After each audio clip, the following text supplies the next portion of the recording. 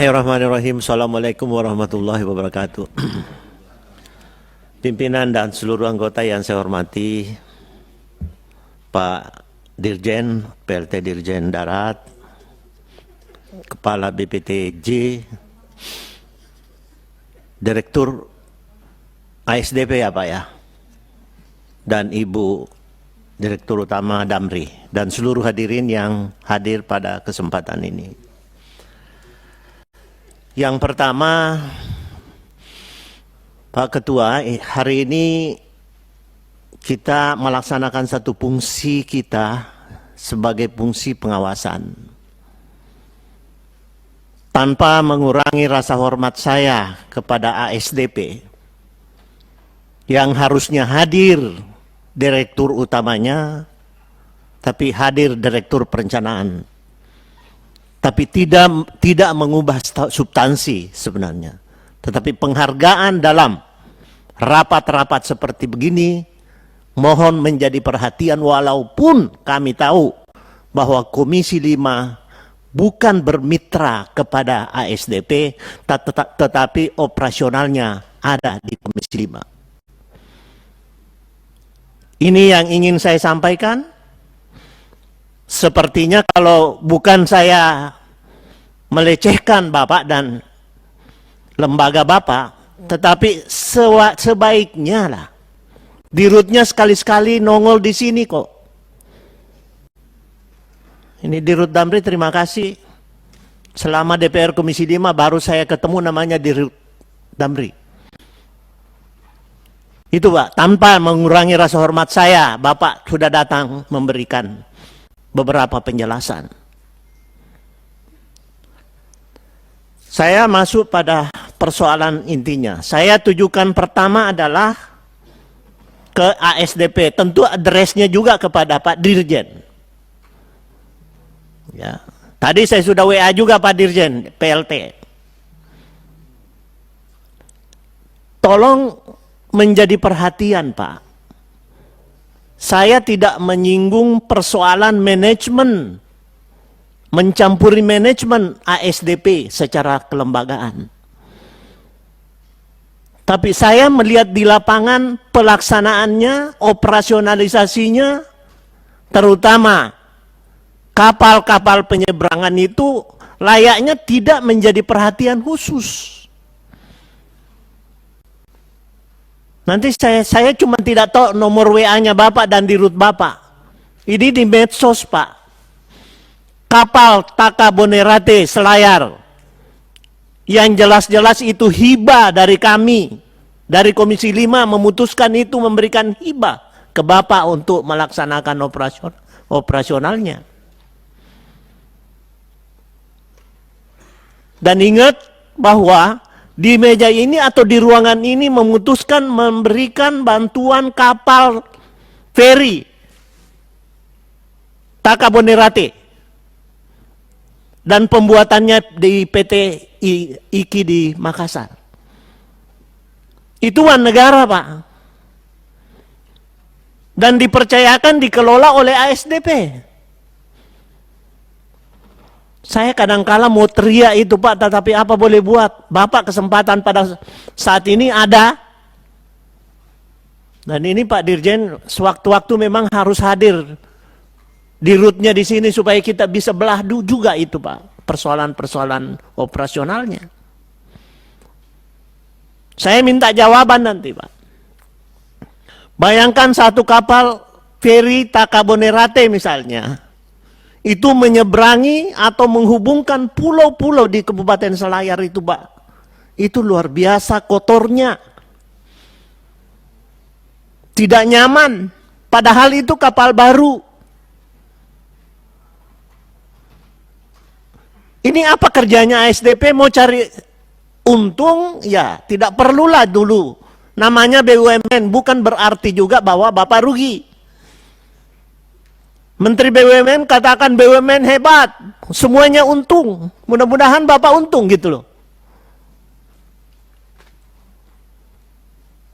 Nah oleh karena itu saya address ini kepada pemerintah dan ASDP untuk meninjau bagaimana pengelolaan manajemen sebenarnya secara menyeluruh di situ. Apakah kewenangan kita atau tidak? Saya persilakan Dirjen untuk berkoordinasi dengan Menteri BUMN. Jangan mentang-mentang bahwa tidak bermitra BUMN di sini, kami tidak tahu Pak semuanya. Yang pertama ditanya itu pahamkah Pak? Karena saya yang perjuangkan kapal itu hadir di situ. Di ruangan ini. Jangan kasihan itu hibah Pak 38 miliar kalau saya tidak salah ya Pak Dirjen. Itu dihibahkan ke Bapak loh. Dikelola oleh Bapak. Jangan biarkan begitu barang-barang itu Pak. Bau busuk, seandainya saya tahu nomor HP-nya Bapak dan Dirut, saya forward semua medsos yang ada di sini. Bagaimana busuknya di atas. Tidak nyaman untuk dikendarai. Itu loh Pak. Saya senang sekali hadir ASDP supaya dengar. Fungsi pengawasan DPR tidak mengenal mitra kerja. Itu DPR secara keseluruhan Pak. Jangan hanya Komisi 6 yang Bapak dengar. Tahu enggak bahwa itu anggaran dari Komisi 5 yang memutuskan? Sedih Pak, karena saya orang dari sana. Setengah mati diperjuangkan Pak. Tahun 98, tahun 2017, kejadian tenggelam itu baru diganti kapalnya Pak, baru jadi 2 tahun lalu. Dan dioperasionalkan. Ini catatan buat ASDP, mohon menjadi perhatian, ya. Dan Pak Dirjen tentu addressnya menjadi koordinasi karena dibawa koordinasi Bapak, ya. Itu yang pertama. Yang kedua, persoalan BTS. Tadi Pak Aras sudah menjelaskan, di Makassar itu sudah ada BTS juga yang dioperasionalkan di sana. Apa yang disampaikan Pak Aras itu benar Pak. Kosong. Ya mudah-mudahan juga seluruh halte-halte kecil yang dibangun di Makassar, di Kabupaten Goa, kabupaten-kabupaten penyangga Kota Makassar dibangun halte-halte kecil itu tidak berfungsi, sudah menjadi tumbuhan alang-alang di situ Pak. Mudah-mudahan bukan anggaran dari kementerian. Saya tidak tahu apa itu anggarannya kementerian atau anggarannya provinsi, saya tidak tahu. Tapi menurut yang saya dengar mungkin provinsi, anggarannya provinsi. Tidak dilalui kendaraan Pak.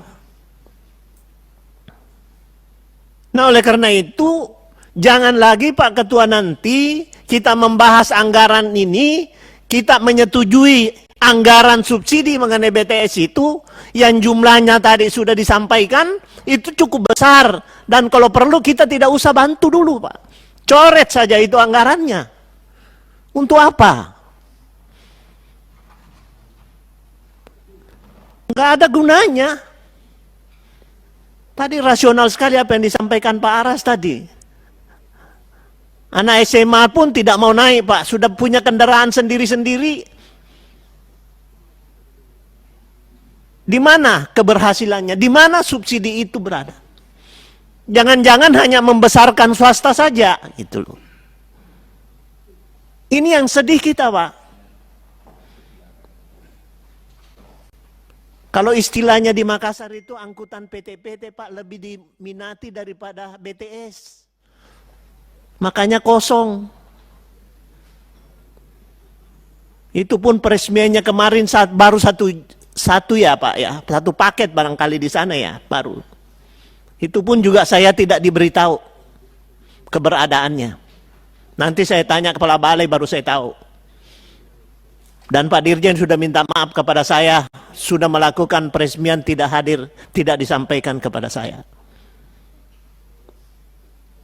Ini yang saya harapkan semuanya bisa menjadi clear, agar supaya kita ke depan untuk maju dalam pembahasan anggaran 2023 ini menjadi garis tebal buat kami untuk bisa dipertimbangkan. Mudah-mudahan Pak Ketua setuju dengan pendapat saya, dan ke depan kita tidak perlu mensubsidi lagi biaya-biaya tersebut karena tidak ada gunanya. Lebih bagus kita menganggarkan kepada pekerjaan-pekerjaan lain yang langsung berguna untuk menyelesaikan persoalan odol. Daripada itu dipikirin. Katanya odol menuju zero odol. Gimana menujunya itu loh Pak? Jadi itu kira-kira yang ingin saya sampaikan. BPTJ ya tolong pikirkan masalah kemacetan, dan memang juga tidak bisa dihindari ya. Tetapi bagaimanalah, karena Bapak sudah mengatakan tadi dasar hukumnya, keberadaan Bapak juga sudah jelas. Silahkan berbuat yang terbaik untuk Jabodetabek. Yang terakhir, terima kasih Damri, mudah-mudahan bisa berkembang, karena saya lihat juga banyak mobil-mobil barunya ya Bu ya. Yang mudah-mudahan jangan sampai dilikuidasi ataukah tidak mampu beroperasi lagi. Demikian Pak Ketua.